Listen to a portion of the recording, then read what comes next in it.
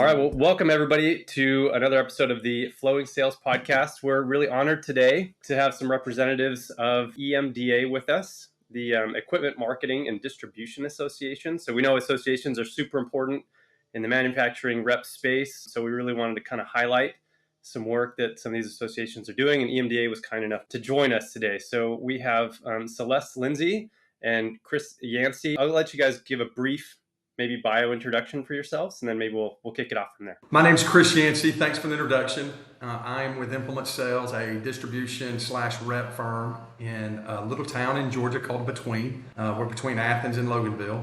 Implement Sales has been in business for over 65 years, and I have been a part of the business for 28 of those years. I was a territory manager for Implement Sales for right at 23 years, and I covered North Georgia, North Alabama, East Tennessee. I would take those products that Implement Sales represented or bought and set up dealers, i.e. Kubota, New Holland, Cat, Komatsu, John Deere. I would take our products to them, wholesale them to them, then they would retail them to the public. In 2019, I bought Implement Sales from the two previous owners, and we moved the company from Stone Mountain, Georgia to Monroe, Georgia.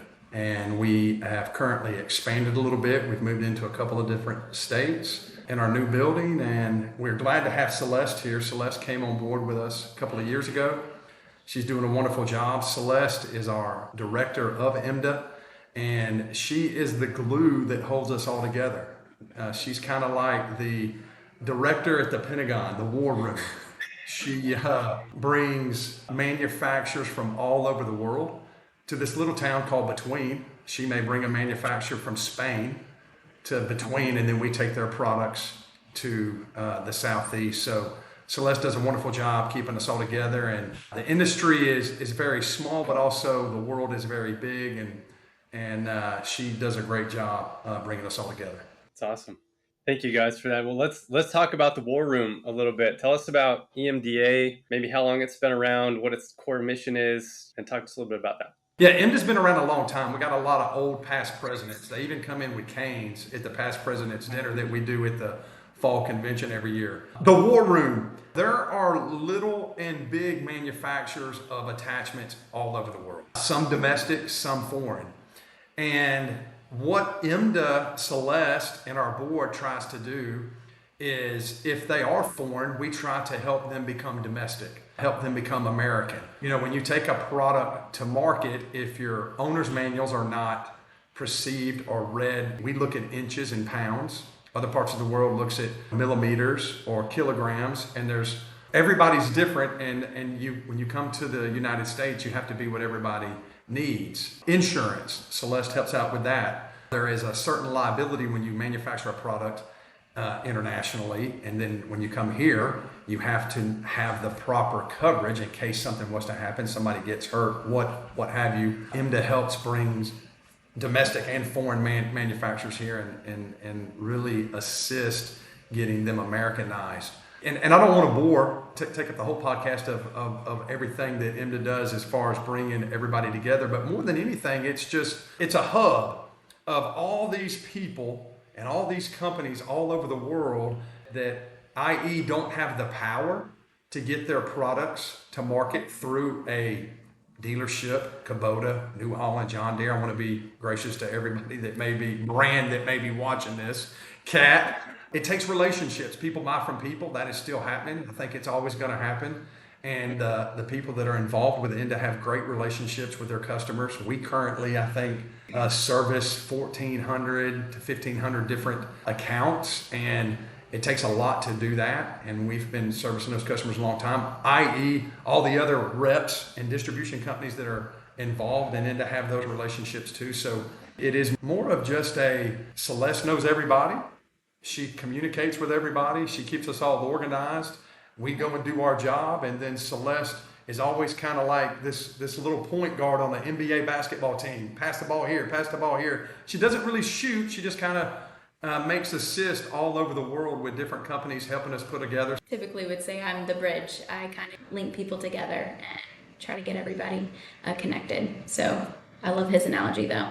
That's cool. And how many organizations did you say that you guys span? We have a little over 150. Okay, so quite a few folks that come in. And I imagine you have a mix of manufacturers, distributors, rep firms in that mix. We talk a lot about rep firms in particular on the show and about kind of their role. And you guys see a lot of that, right? How they interact with manufacturers, what their role is in helping move sales forward.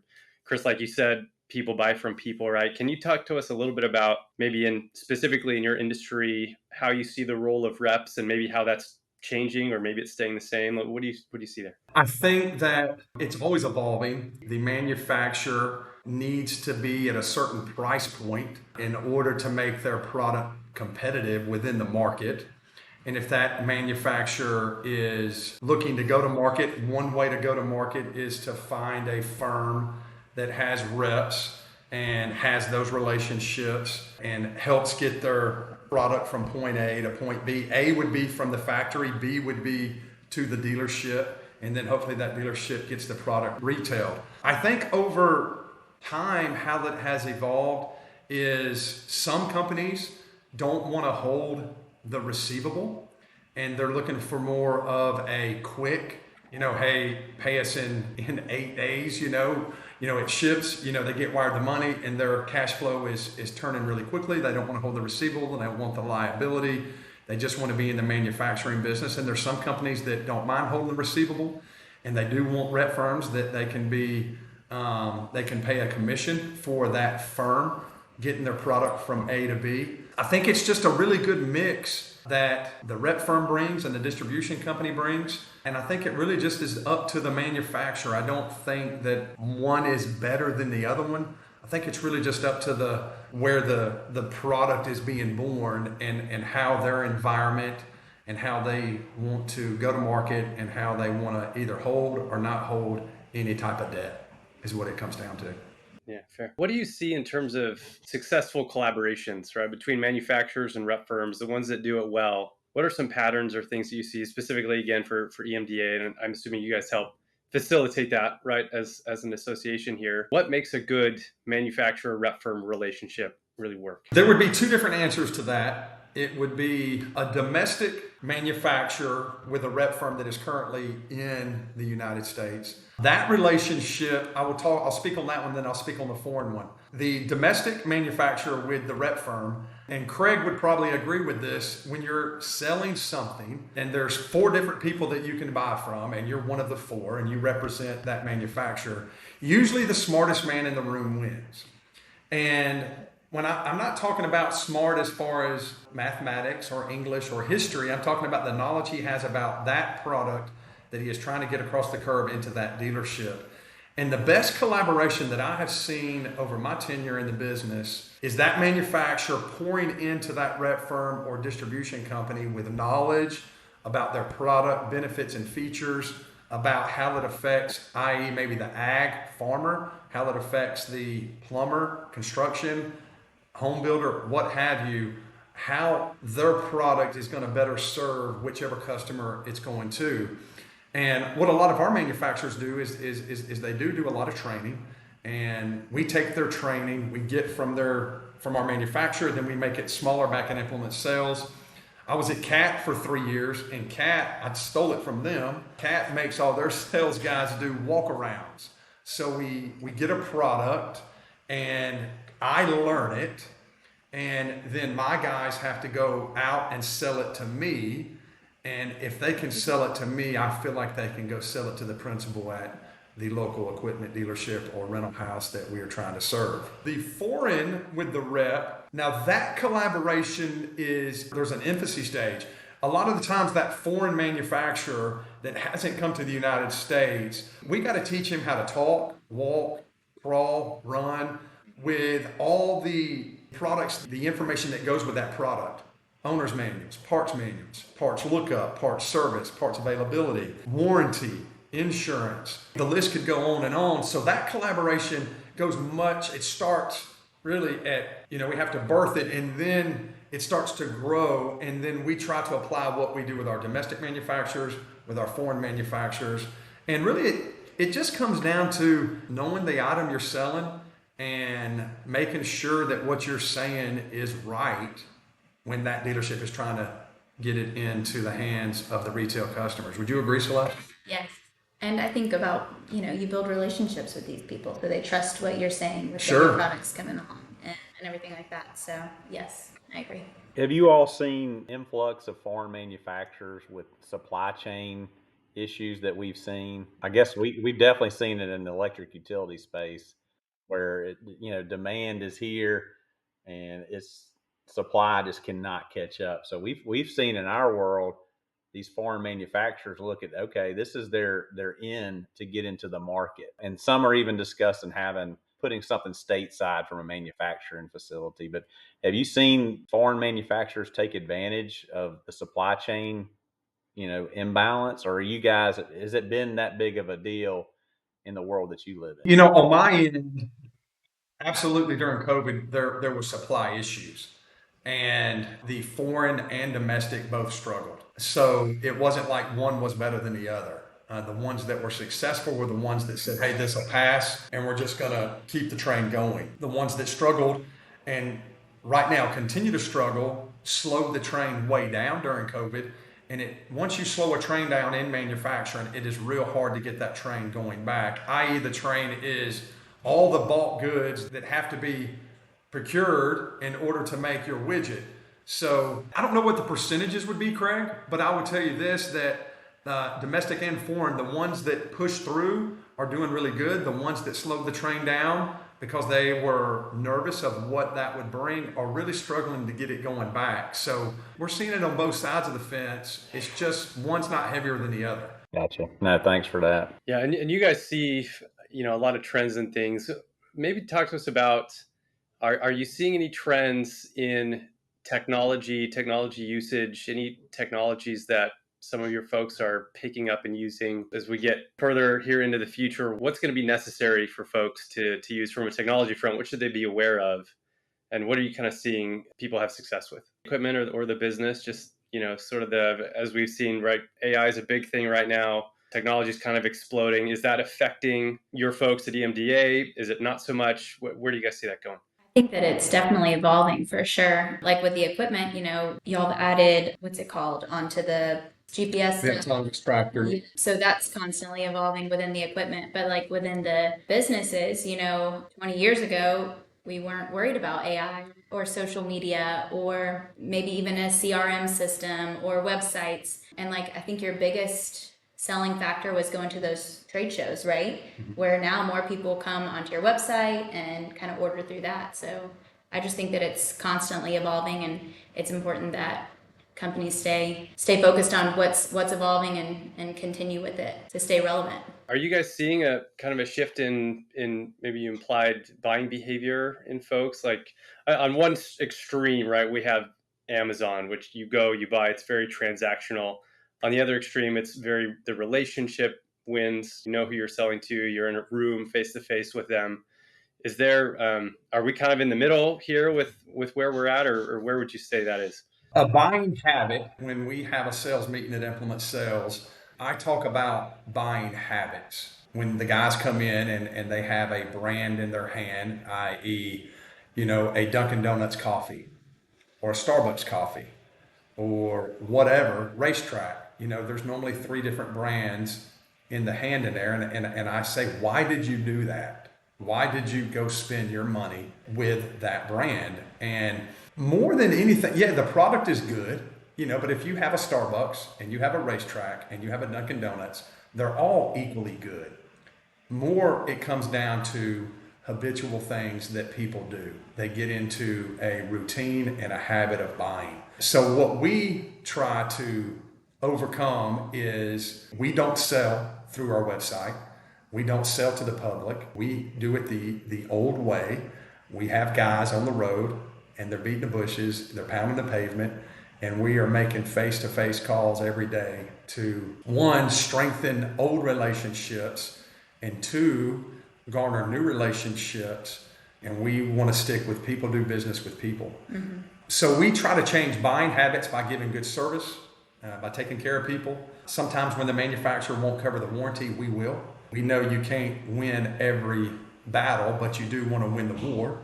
So we try to win the war. So I think with the internet that in our industry that there are a tremendous amount of sales that happen over the internet. With that, there is also a trend that is happening when you buy let's just say a Harley rake. It's a tool that turns the ground and gets it ready for sod.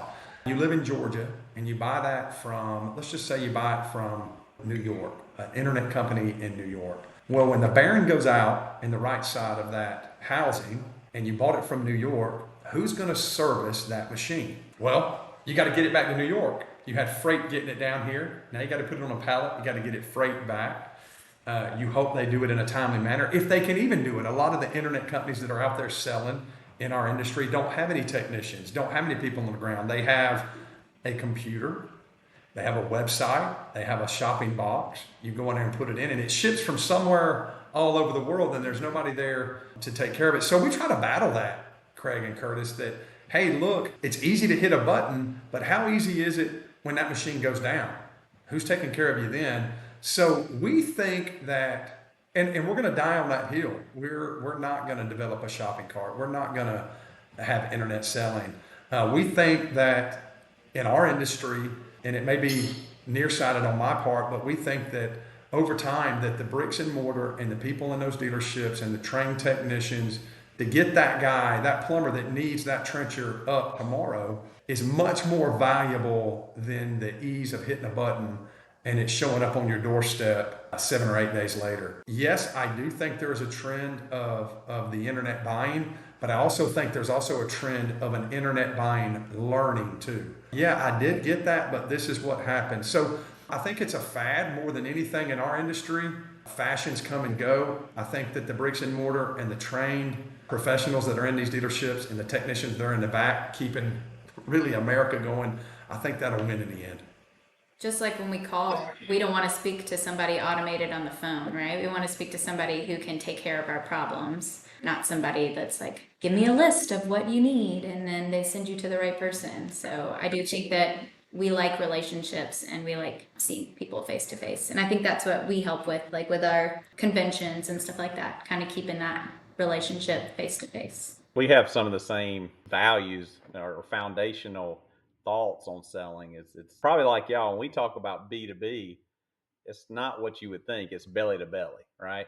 You got to be in front of those people and you got to be building those relationships. And to me, service is a huge part of it. I mean, as a rep, the service side to your customer as well as your manufacturer, that's your competitive advantage versus the rep down the street, a direct sales force, whatever. It's okay, what kind of value can we bring to both sides of the equation?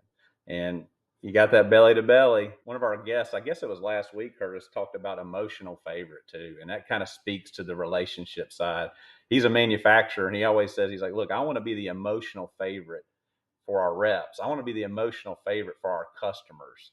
And that has to do with relationships. And to me, it's not going away. There's certain transactions or certain businesses where, the Amazons of the world, they'll win every day. But there's a lot, the technology is not the end all be all. The technology becomes a tool for us to provide better service, quicker answers, things like that. I think that the way we look at technology, and I think it sounds like you guys as well, is that it's a tool. It's not the end all be all. So I mean, is that correct in saying? Oh, yeah, yeah. We have definitely stuck our toe in the water of technology. We've developed our own app. We've developed our own CRM system.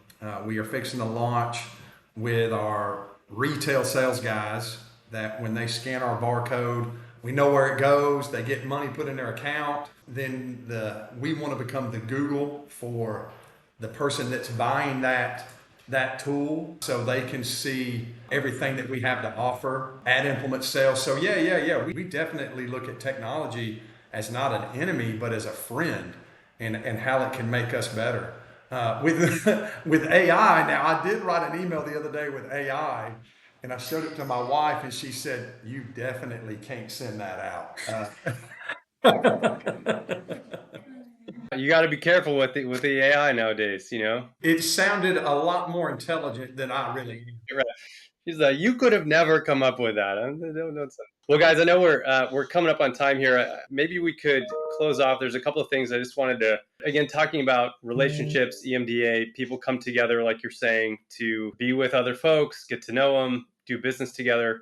Can you maybe tell us, if you're a new entrant to EMDA or you're coming to EMDA, how do you take the most advantage of the association? Like while you're at the event, being a member of the association, how do you really be a part of it, be an active part of it, and get the most out of it? By being actively engaged. We have a membership directory, so kind of reaching out to them in advance and planning meetings to meet them at the fall convention. Our fall convention's in Addison, Texas this year, October 22nd through the 24th. And so I think what I see is that people that reach out in advance, set up those meetings, tend to be a little bit more prepared and check a lot more boxes. Recently, we started a mentor program to kind of help guide our new members on how to reach out and what to do at the fall convention. And these mentors are people that have been with our organization for a long time. Some of them have been past presidents and stuff. So we feel like that's been really helpful for our members as well. Yeah, I would agree with everything Celeste said. Coming to a spring meeting or a fall convention, EMDA can absolutely be overwhelming.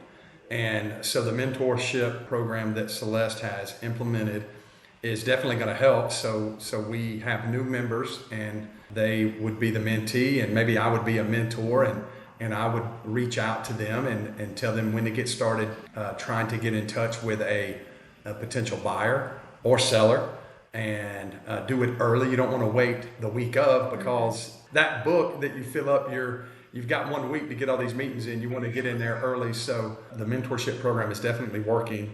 And I would also say, do your homework before you go. There's so much there that be pinpointed, be laser pinpointed of who you want to see, who you want to talk to, and have a really good 20-minute presentation in case you do get that meeting that is, not an hour, but you have a quick meeting in the lobby, maybe at The industry showcase. the showcase, at different avenues, that have your literature, your brochures, your products, whatever you want to show, have that ready to go. If you're a seller, if you're a rep firm or a distribution firm, have a quick something that you can hand that manufacturer that gives a really quick synopsis of who you are and what you do and how long you've been there, and maybe some success stories. So just really be prepared, because it is a very busy week for a lot of people, and it can be overwhelming if you're starting day one trying to put everything together.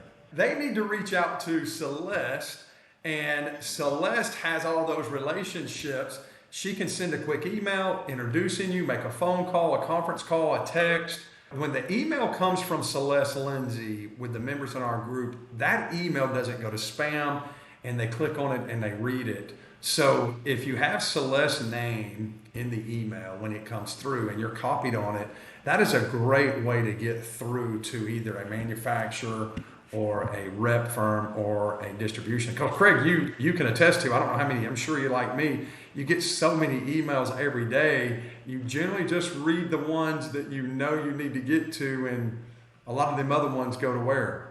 Yeah. Oh, yeah. If you see the point guard sending an email, you're going to respond to that one. So I made a note of that. All right. You got to make sure, utilize the point guard, because she can help you get in some doors.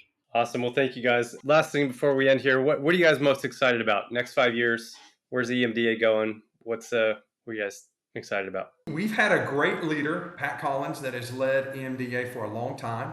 And Celeste is coming in with a new set of eyes and some new experiences and some great ideas. And I think Celeste is going to, and has taken EMDA to the next level.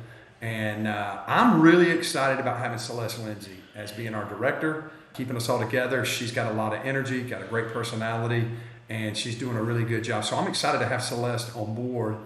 And I would tell you that the next thing I'm excited about, there's a lot of new members coming on board. EMDA is getting seen more and more now that Celeste is really a lot more educated than we were with social media, the internet, and getting our name out there. So it's exciting now. I'm looking forward to the fall conventions because there's a lot of new people coming, and there may be some great opportunities for me to bring on some new relationships that could be a success story for Implement Sales. So a lot of exciting things going on. Yeah, I'm excited for the fall convention and the spring meeting. We've been really working towards those and bringing in new memberships into our association. So we just have a lot of things changing that I'm super excited about and hopes to bring more and more people to that spring meeting. Spring meeting is very educational, but also very fun too. Yeah. Awesome, guys. Well, that's great. Thank you for joining us here. We appreciate your time, your perspectives. Sounds like EMDA is doing some awesome stuff, helping lots of people. So we appreciate your being on the show with us. Yep. Nice to meet y'all. Yeah. Thank you for inviting us. Yeah, absolutely. Thanks for your time.